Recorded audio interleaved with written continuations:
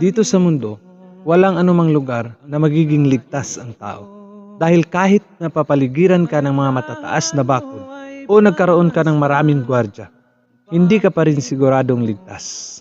Saan ba ang lugar na pinakaligtas tayo? Na kahit wala kang matataas na bakod o maraming gwardya, magiging ligtas ka pa rin.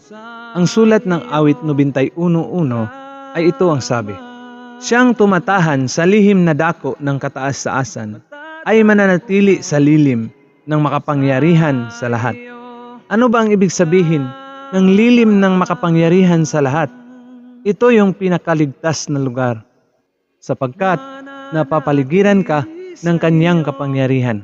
Ika'y nababalot ng kanyang proteksyon. Kaya kahit ano pa ang gawin sa iyo ng kaaway, hindi ka mapapahamak. Dahil sa ang pinakamakapangyarihan ang sandigan mo. Pero kailan ito